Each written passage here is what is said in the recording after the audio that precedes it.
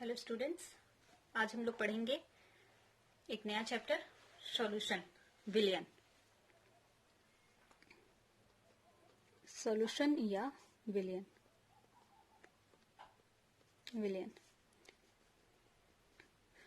Physical chemistry का chapter है, important है, इससे न्यूमेरिकल भी आता है एग्जाम में। सबसे पहले विलियन होता क्या है, विलियन की परिभाषा देख लेते हैं हम लोग।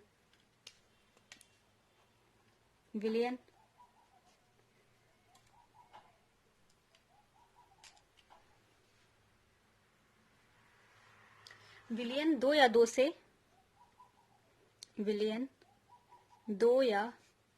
दो से अधिक पदार्थों का सममांगी मिश्रण, दो या दो से अधिक पदार्थों का सममांगी मिश्रण क्या कहलाता है? विलियन कहलाता है। मतलब दो पदार्थ जैसे कि नमक को पानी में घोल दो, वो क्या कहलाएगा? विलियन कहलाएगा। दोनों को आपस में केमिकली रिएक्ट नहीं करना है। ये नहीं कि विलियन का मतलब आप लोग ये समझेंगे कि दोनों आपस में केमिकली रिएक्ट कर लेंगे मिक्स करने पे, ऐसा नहीं ना। दोनों को आपस में केमिकली नॉन रिएक्टिंग होना चाहिए, मतलब रासायनिक रूप से आपस में क्रिया नहीं करना है। अब देखो, विलियन चैप्टर पढ़ रहे हैं तो दो टर्म पढ़ना पड़ेगा आपको, एक तो विलायक और एक पढ़ना पड़ेगा विलेय। विलायक यानी कि सॉल्वेंट और विलेय यानी कि सॉल्यूट। विलायक यानी कि सॉल्वेंट, सॉल्वेंट मतलब क्या कहलाए, किसको कहेंगे सॉल्वेंट हम लोग? सॉल्वेंट यानी कि जिसमें हम लोग किसी पदार्थ को घोल रहे हो। फॉर एग्जाम्पल जैसे नमक और पानी ले लो। अगर आप नमक और जल का विलयन ले रहे हैं तो नमक क्या कहलाएगा यहाँ पे? विलेय, सॉल्यूट। और जल यहाँ पे क्या कहलाएगा? सॉल्वेंट। तो मतलब सॉल्वेंट क्या होना चाहिए? जिस पर विलयन बनाया जाता है। या ऐसे ना समझ करके हम लोग इसको कैसे समझना चाहिए, हम कैसे समझेंगे? अमाउंट के हिसाब से, जिसका ज्यादा अमाउंट हो, जो लार्जर अमाउंट में वहां पे प्रेजेंट हो। द्रव्यमान के अनुसार विलयन में जिस पदार्थ की मात्रा अधिक हो उसको क्या कहेंगे? विलयन कहेंगे। ठीक है। और द्रव्यमान के अनुसार विलयन में जिस पदार्थ की मात्रा कम होगी वो क्या कहलाएगा? फिर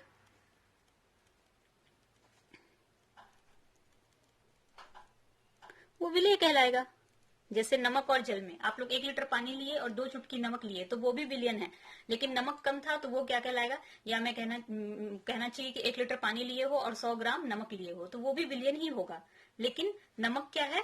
कम मात्रा में, तो वो सॉल्यूट। और जल क्या है? अधिक मात्रा में, तो वो क्या कहलाएगा? सॉल्वेंट या विलायक। तो आपको विलेय और विलायक शब्द से एकदम फेमिलियर हो जाना है। अब विलयन को मैं 2 भागों में बांट देती हूँ। ऐसे तो बहुत सारे टाइप हैं, पर यहाँ पे मेनली मैं इन 2 टाइप को बता रही हूँ, जलीय विलयन और अजलीय विलयन। एक्वस सॉल्यूशन और नॉन एक्वस सॉल्यूशन।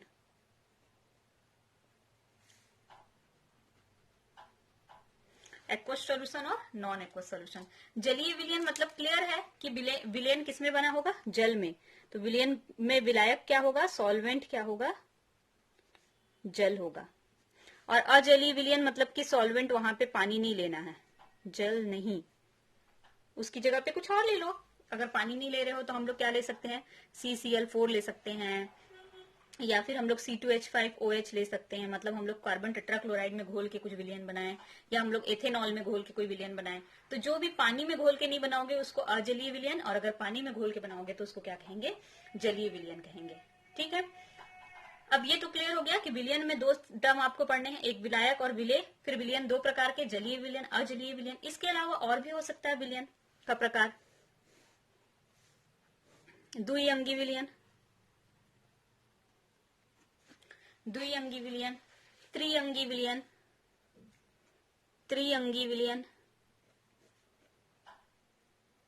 चतुरंगी विलयन, या मैं लिख देती हूँ बहुअंगी विलयन। ठीक है, बहुअंगी विलयन। नाम से क्लियर हो रहा होगा आई थिंक।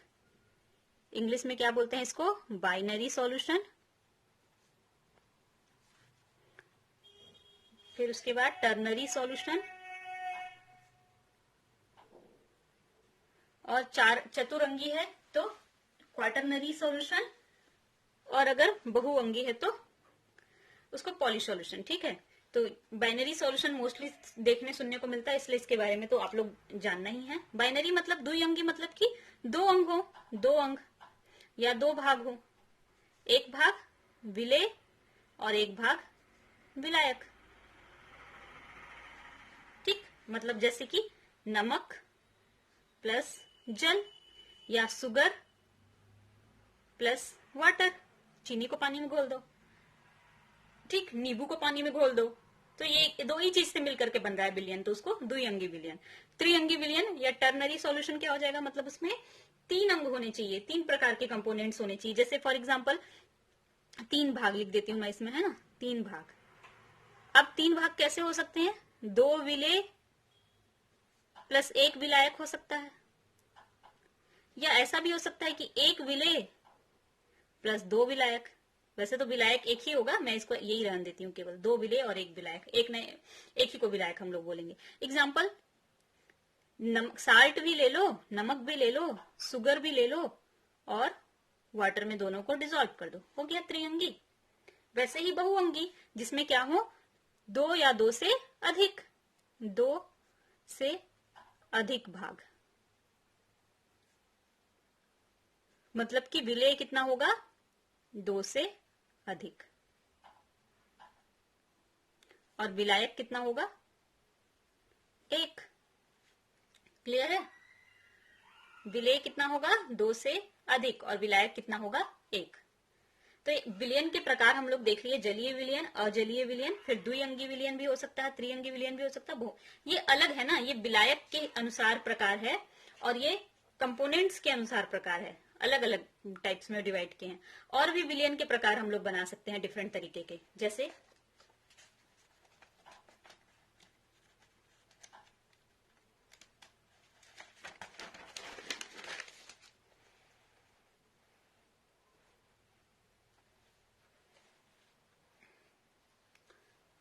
देखो, डिपेंड अपॉन कॉन्सेंट्रेशन के हिसाब से, अगर मैं सांद्रता के अनुसार विलयन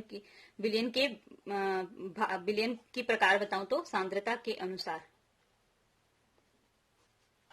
तो क्या क्या हो जाएगा? सबसे पहला सांद्र विलयन,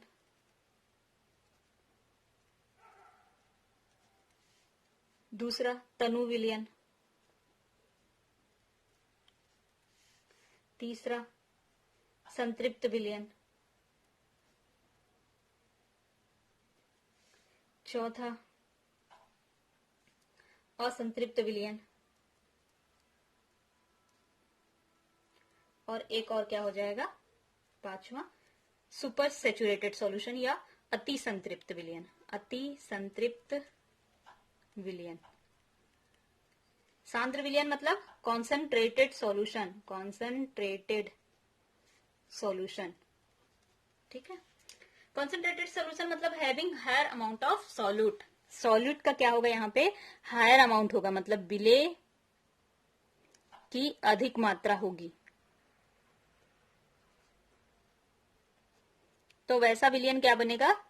सांद्र विलयन। जैसे 1 लीटर पानी में आप 1 किलो नमक डाल दिए, वो तो बहुत ज्यादा हो जाएगा, 1 किलो नमक मतलब अधिक मात्रा में नमक डाल दिए, तो क्या हो गया? फॉर एग्जाम्पल मैं सपोज ऐसे ही एग्जाम्पल दे रही हूं कि 100 ml वाटर प्लस 50 भी ज्यादा, 20 ग्राम साल्ट। क्लियर है? और अगर मैं 100 ml वाटर में 1 ग्राम साल्ट डालू, तो यहाँ पे सॉल्यूट बहुत ज्यादा है 20 ग्राम, और यहाँ पे सॉल्यूट क्या है? बहुत कम है। तो सॉल्यूट ज्यादा है तो ये हो जाएगा सांद्र विलयन, और सॉल्यूट कम है तो ये हो जाएगा तनु विलयन। तो तनु विलयन मतलब कि तनु विलयन को क्या कहते हैं? Dilute solution, dilute solution. तो डायलूट सॉल्यूशन है, इसका मतलब क्या हो जाएगा? Having very less amount of solute in comparison to solvent. Solvent की अपेक्षा यहाँ पे विलायक की अपेक्षा विलेय अधिक मात्रा में होता है, यहाँ विलायक की अपेक्षा विलेय की मात्रा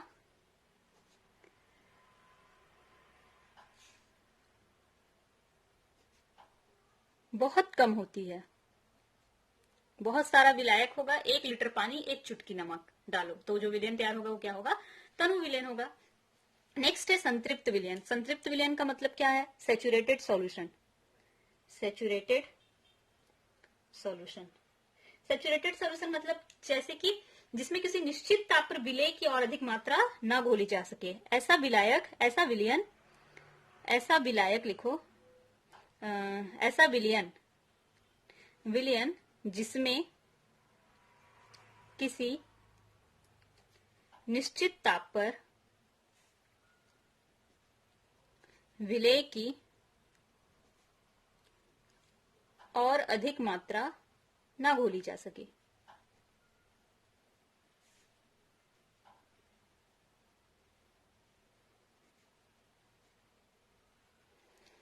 जैसे आप लोग खुद से घर में नमक का सॉल्यूशन बना करके अभी देखना, अगर आप लोग घर में नमक का सॉल्यूशन बनाओगे तो एक नमक डालते जाना डालते जाना डालते जाना, एक समय ऐसा आएगा कि और नमक उसमें घुलना बंद हो जाएगा, तो उसको क्या कहेंगे हम लोग, संतृप्त विलयन कहेंगे उस कंडीशन को।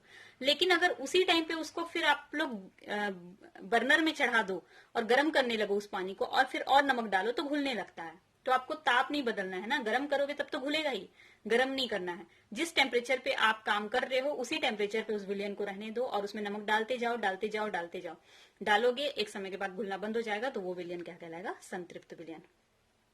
असंतृप्त विलयन क्या हो जाएगा, तो फिर जस्ट इसका उल्टा, कि किसी निश्चित ताप पर विलयन जिसमें किसी निश्चित ताप पर विलय की और अधिक मात्रा घोली जा सकती है, वो हो जाएगा असंतृप्त विलयन। अति संतृप्त क्या हो जाएगा, असंतृप्त मतलब अभी घोला जा सकता है, संतृप्त मतलब घोलते घोलते उस समय तक पहुंच गए जब और नहीं घोल सकते, तो अति संतृप्त मतलब और घोल सकते हैं और फिर भी डालते जा रहे हैं, फिर भी डालते जा रहे हैं। तो हम लोग इसको क्या बोल सकते हैं, ये कहना चाहिए कि having number of solute more than the saturated solution, मतलब संतृप्त विलयन से भी ज्यादा जिसमें विलायक होते हैं, जिस विलयन में विलय की मात्रा संतृप्त विलयन के विलय की मात्रा से अधिक होती है। क्लियर? तो अब समझ में आ गया होगा कि जैसे आप लोग नमक पानी ले लो, उसमें थोड़ा ज्यादा साल्ट डालो, कुछ ज्यादा अमाउंट में, जितना घुल रहा हो उतना ही डालना है लेकिन थोड़ा ज्यादा, तो वो हो जाएगा सांद्र विलयन। अगर आप पानी ले लिए बहुत सारा लेकिन साल्ट डाले थोड़ा सा, तो वो हो जाएगा तनु विलयन। आप पानी ले लो और साल्ट तब तक डालो जब तक साल्ट घुल रहा है, जब घुलना बंद हो जाएगा तो नहीं डालना है, तो वो होगा सैचुरेटेड सॉल्यूशन। पानी ले लो और साल्ट डालते जाओ, जब साल्ट घुलते जा रहा है और आप अब फिर भी आप डालना बंद कर दिए, अभी घुल ही रहा था लेकिन आपने डालना बंद कर दिया, तो वो कहलाएगा असंतृप्त विलयन। अब पानी ले लो, उसमें साल्ट डाल रहे हो, पूरा साल्ट घुलना बंद हो गया फिर भी आप डालते जा रहे हो, तो वो क्या कहलाएगा, अति संतृप्त विलयन। तो सांद्रता के अनुसार विलयन कितने प्रकार के, 5 प्रकार के, सांद्र, तनु, संतृप्त, असंतृप्त और अति संतृप्त।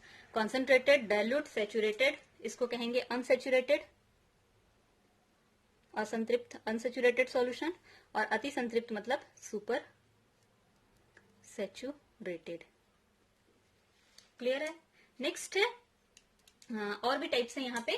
अब एक और टाइप है, ये इंपॉर्टेंट वाला है, ये भौतिक अवस्था पे निर्भर करता है। भौतिक अवस्था, किसकी भौतिक अवस्था, विलयन की, विलयन की लिख लेना, विलयन की भौतिक अवस्था के अनुसार कितने प्रकार के होते हैं। तो देखो, सबसे पहले तो हम लोग, अच्छा विलयन का मतलब ये नहीं ना कि आपको पानी में ही कोई चीज को घोलना है, दो चीज आपस में मिले हुए हैं तो उसको हम लोग को विलयन कहना है। वो दोनों गैस भी हो सकता है, दोनों ठोस भी हो सकता है, दोनों द्रव भी हो सकता है, या ठोस का द्रव भी हो सकता है, द्रव का द्रव भी हो सकता है, कुछ भी हो सकता है ना। तो हम लोग अभी आगे वही वाले एग्जाम्पल्स देखेंगे। तो चलो देखो, देख लेते हैं। सबसे पहले हम लोग ऐसे एग्जाम्पल देखेंगे जिसमें विलायक ठोस अवस्था में रहे। अब हम लोग को मतलब विलायक ठोस अवस्था में मतलब हम लोग को ठोस चीज में कुछ चीज को घोलना है, ठोस पदार्थ है। जैसे आप ले लो फॉर एग्जाम्पल आप ले लो कोयले का चूर्ण, और कोयले का चूर्ण को बालू में मिला दो, तो वो भी विलयन हो गया ना। ये नहीं कि पानी में पानी घोल रहे हैं या पानी में कुछ लिक्विड घोल रहे हैं या ठोस घोल रहे हैं तो ही विलयन बनेगा, ऐसा नहीं है, ठीक है। ठोस को ठोस में भी घोला जा सकता है, ठीक है। तो हम लोग को अब हम लोग को क्या लेना है, ठोस अवस्था में लेना है विलायक। जिस चीज की मात्रा ज्यादा होती है उसको विलायक कहते हैं। तो विलायक जिसकी मात्रा ज्यादा है वो कौन सी अवस्था में है, ठोस अवस्था में है, ठीक है। अब इसमें हम लोग क्या क्या घोल सकते हैं,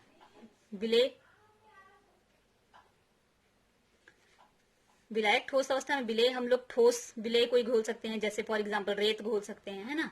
या हम लोग विलायक द्रव कोई घोल सकते हैं, हो सकता है हम लोग उसमें नींबू डाल दें, ठीक है। मैं ऐसे ही रैंडम एग्जांपल बता रही हूँ, सही वाला एग्जांपल अभी हम लोग पढ़ेंगे। या फिर ऐसा हो सकता है कि हम लोग ठोस चीज ले लें, विलायक ले लें ज्यादा मात्रा में और उसमें गैस को घोलें, ये भी कंडीशन हो सकता है ना। तो हम लोग तीनों कंडीशन और तीनों के एग्जाम्पल्स लिखेंगे, ठीक है। तो मैं ऐसे चार्ट बना देती हूँ, यहाँ पे लिख देते हैं विलायक, फिर यहाँ पे लिख लेते हैं विलेय, मतलब कि विलायक कौन सी अवस्था में ले रहे हैं, विलेय कौन सी अवस्था में ले रहे हैं, और विलयन का प्रकार, विलयन की भौतिक अवस्था लिखना, विलयन का प्रकार लिखते हैं यहाँ पे पहले प्रकार, फिर विलयन की भौतिक अवस्था। अगर कुछ चीज लिखा हुआ समझ नहीं आ रहा है तो मैं बोलते जा रही हूँ, नोट करते जाना, और यहाँ पे उदाहरण एग्जाम्पल्स लेंगे, ठीक है।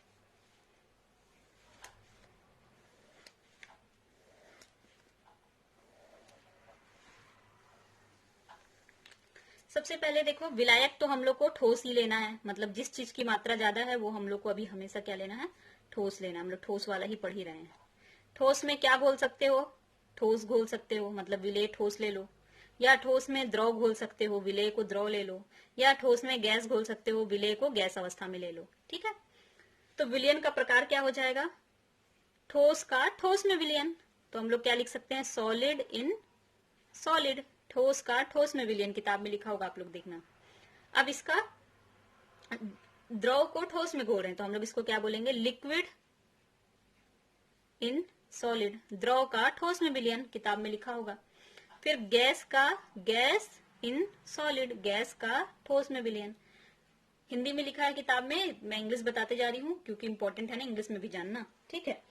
अब देखो ठोस को ठोस में घोलोगे, ठोस की मात्रा ज्यादा है, ये तो ठोस अवस्था में ही दिखाई देगा, तो इसकी अवस्था कैसी रह जाएगी, विलयन जो बनेगा, जो तैयार होगा विलयन, वो ठोस अवस्था में ही मिलेगा हम लोग को। फिर ठोस में पानी को घोलना है, मतलब पानी नहीं किसी लिक्विड पदार्थ को घोलना है, तो भी जो विलयन बनेगा वो ठोस अवस्था में ही मिलेगा हम लोग को। गैस घोलोगे तो भी जो विलयन मिलेगा वो ठोस अवस्था में ही मिलेगा। सारे एग्जाम्पल्स हम लोग पहले से भी जानते हैं, अभी एग्जाम्पल्स और देख भी रहे हैं, ठीक है। देखो ठोस को ठोस में घोलना, मिश्र धातु पढ़े हैं आप लोग।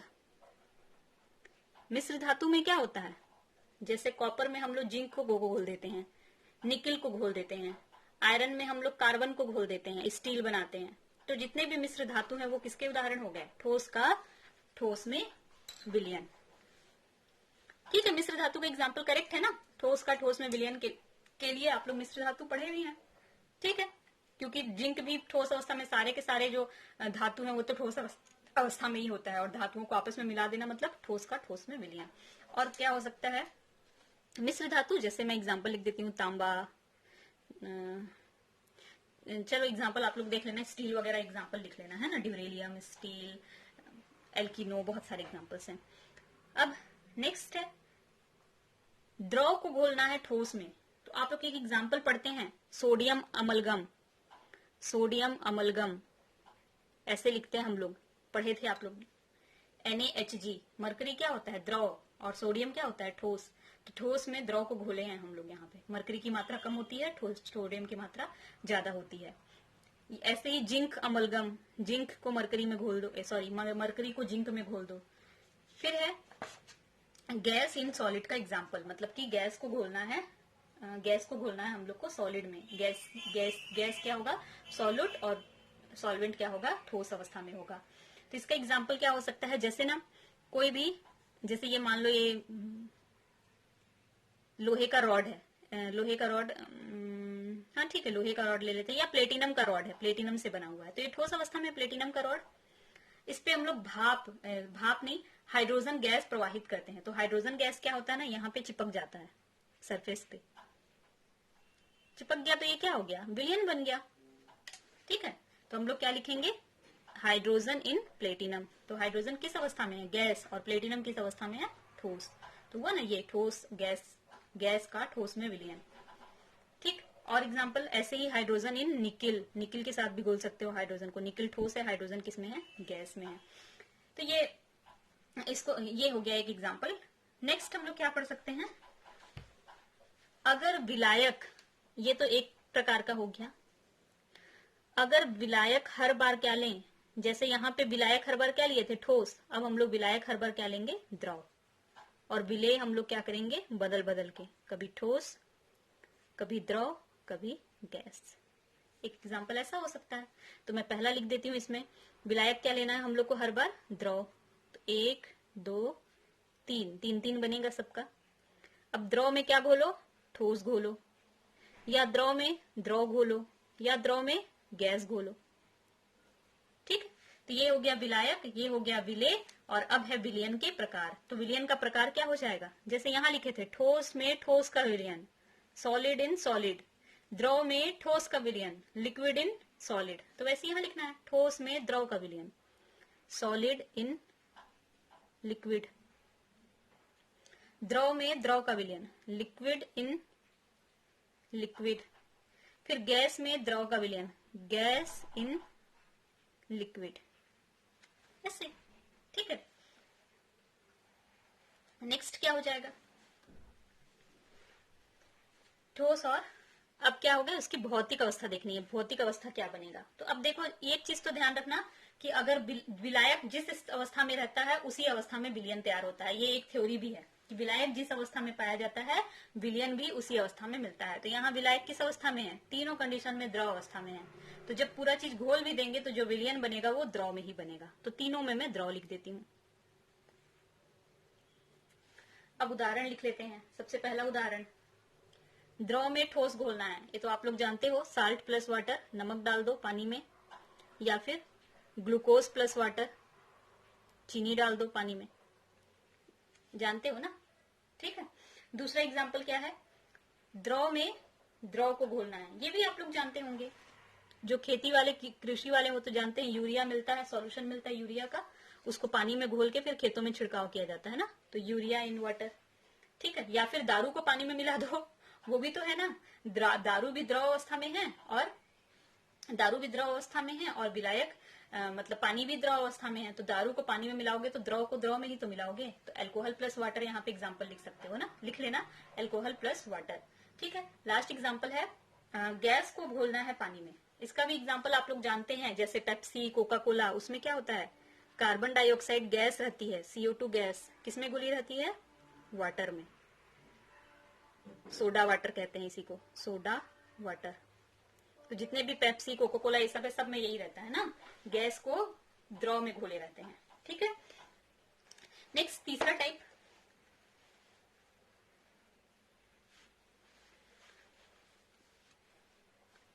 तीसरा टाइप देख लेते हैं हम लोग क्या है। अभी तक हम लोग पढ़े तो हर बार विलायक क्या लिए, ठोस, फिर हर बार विलायक द्रव। तो अब बचा है कि हर बार विलायक क्या लेंगे हम लोग, गैस, और विलेय क्या होगा, बदलेगा, एक बार ठोस लेंगे, एक बार द्रव लेंगे, और एक बार गैस लेंगे। ठीक है, तो विलायक हर बार गैस लेना हम लोग को, तो तीनों बार में मैं गैस लिख दे रही हूं। विलेय एक बार हमको ठोस लेना है, फिर एक बार द्रव लेना है, फिर एक बार गैस लेना है। सारणी बनाया हुआ है, उसी के हिसाब से चल रहे हैं ना। फिर प्रकार का नाम क्या हो जाएगा, तो ठोस इन gas, solid in gas, liquid in gas, ये मैं बता दी कैसे हम लोग लिख रहे हैं, आप लोग समझ गए होंगे, गैस इन गैस। ठीक है, अब मैंने पहले भी बताया कि विलयन कौन सी अवस्था में बनेगा, तो जिस अवस्था में विलायक होता है उसी अवस्था में विलयन बनेगा। तो सारा का सारा गैस अवस्था में बनेगा विलयन। गैसियस स्टेट लिख देते हैं, गैसियस।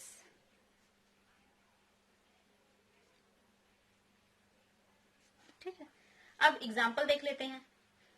तो ठोस का गैस में विलयन, मतलब कि गैस ज्यादा मात्रा में है और ठोस थोड़ी सी मात्रा में है, जैसे कि कपूर, कपूर नाइट्रोजन में, कपूर इन N2, नाइट्रोजन में कपूर को घोलते हैं ना, तो कपूर ठोस अवस्था में है, नाइट्रोजन गैस अवस्था में है। नाइट्रोजन ज्यादा मात्रा में रहता है और कपूर कम मात्रा में रहता है। ठीक है, फिर आयोडीन इन एयर, एयर किस अवस्था में है, गैस अवस्था में, और आयोडीन ठोस अवस्था में। ठीक है, नेक्स्ट एग्जांपल है द्रव में गैस घोलना है, तो हम लोग क्लोरोफॉर्म CHCl3, क्लोरोफॉर्म है ये, है ना, लिक्विड द्रव अवस्था में पाया जाता है। नोट कर लेना, क्लोरोफॉर्म है, द्रव अवस्था में रहता है, इसमें नाइट्रोजन घोल दो। नाइट्रोजन किसमें है, गैस अवस्था में।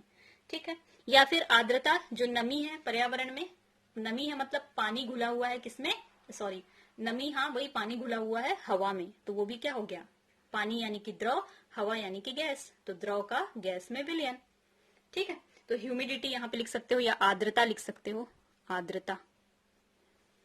फिर है गैस का गैस में विलयन, गैस का गैस में एग्जांपल मतलब कि हवा, वायु, वायु में बहुत सारी चीजें ना, कार्बन डाइऑक्साइड है, ऑक्सीजन है, नाइट्रोजन है, सभी आपस में मिले हुए हैं, तो वो है क्या है, वो वायु गैस का गैस में विलयन का एग्जांपल है। ठीक है, नोट कर लेंगे, नहीं दिख रहा था तो। अब इसमें से ना जो इम्पोर्टेंट है, हम लोग क्या क्या पढ़े, ठोस वाला पढ़े, द्रव वाला पढ़े और गैस वाला पढ़े। तो इम्पोर्टेंट ये द्रव वाला है, हम लोग को इसको पूरा डिटेल्स में पढ़ना है। Solid in liquid, liquid in liquid और गैस इन लिक्विड। तो कल की क्लास में हम लोग इन तीनों टॉपिक को डिटेल में पढ़ेंगे। Thank you.